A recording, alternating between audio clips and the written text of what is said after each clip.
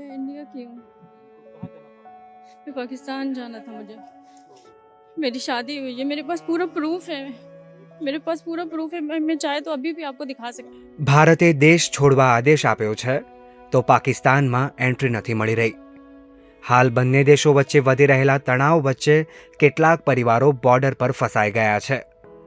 પહલગામ આતંકી હુમલા બાદ ભારતે 27 એપ્રિલથી પાકિસ્તાની નાગરિકો માટેના તમામ વિઝા રદ કરવાની જાહેરાત કરી. સાથે જ પાકિસ્તાનમાં રહેતા ભારતીય નાગરિકોને શક્ય તેટલું જલ્દી પાછા ફરવાની સલાહ આપી.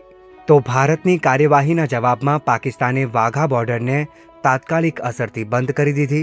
સાર્ક વિઝા મુક્તિ યોજના હેઠળ ભારતીયોને આપેલા વિઝા રદ કર્યા અને ભારતીય હાઈ કમિશનમાં હાજર સૈન્ય સલાહકારોને પાકિસ્તાન છોડવાનો આદેશ આપ્યો.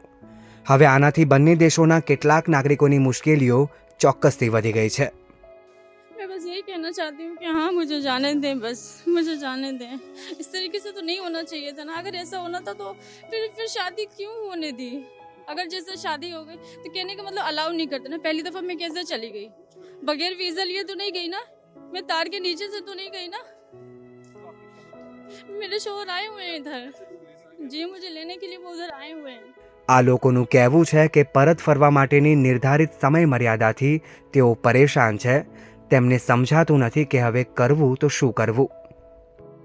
मैं इंडियन हूँ, मेरी शादी पाकिस्तान में हुई है आज से 10 साल पहले. मेरे दोनों बच्चे इंडिया में हुए थे, पर इनके पास ग्रीन पासपोर्ट है, पाकिस्तानी पासपोर्ट है, दोनों पाकिस्तानी हैं. अभी से 2 महीने पहले फरवरी में मैं यहाँ पे आई थी घूमने के लिए.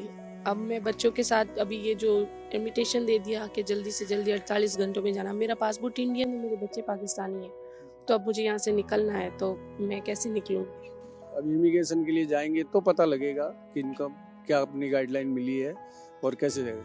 अगर ये गाइडलाइन होती है कि मदर इंडियन पासपोर्ट होल्डर नहीं जा सकता, तो फिर मेरे बच्चों के लिए मुश्किल हो जाएगी कि दोनों बच्चे माइनर हैं, दोनों बच्चे जा नहीं पाएंगे.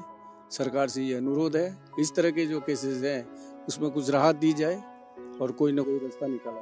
પાછા ફરવા મજબૂર પાકિસ્તાની નાગરિકો પણ મુશ્કેલીમાં મુકાયા છે, કારણ કે તેમની પાસે ભારતમાં તેમના સગા સંબંધીઓ સાથે વિતાવવા માટે ઘણો ઓછો સમય બચ્યો છે. 16 को 16 अप्रैल को कितने दिन तक थे? 1.5 माह का 45 डेज. तो कैसे आना हुआ सर्विस से? अपने पेरेंट्स हैं, मेरे भाई हैं यहाँ पे, अच्छा, फैमिली फिर आप फैमिली इधर है. मैं शादी होके उधर गई हूँ मलाल नहीं होता कि जल्दी जाना पड़ा? जी. बहुत परसों से रोना होना चल रहा. कितनी देर बाद आए थे? 2 साल. 2 साल के बाद. મહત્વનું છે કે પીએમ મોદીની અધ્યક્ષતામાં 23 એપ્રિલે યોજાયેલી સુરક્ષા અંગેની કેબિનેટ બેઠકમાં પાકિસ્તાન વિરુદ્ધ કડક પગલાં લેવાનો નિર્ણય લેવાયો, જ્યાં વિદેશ મંત્રાલયે જણાવ્યું કે ભારત દ્વારા પાકિસ્તાની નાગરિકો માટેના હાલના તમામ માન્ય વિઝા 27 એપ્રિલથી રદ કરાયા છે. સાથે જ કહેવામાં આવ્યું કે પાકિસ્તાની નાગરિકો માટેના મેડિકલ વિઝા પણ ફક્ત 29 એપ્રિલ સુધી જ માન્ય રહેશે. વિદેશ મંત્રાલયે જણાવ્યું કે હાલમાં ભારતમાં હાજર તમામ પાકિસ્તાની નાગરિકોએ વિઝાની મુદત પૂરી થાય તે પહેલાં દેશ છોડી દેવો જોઈએ. આ સાથે જ વિદેશ મંત્રાલયે ભારતીય નાગરિકોને પાકિસ્તાનની મુસાફરી ટાળવાની પણ સલાહ આપી છે.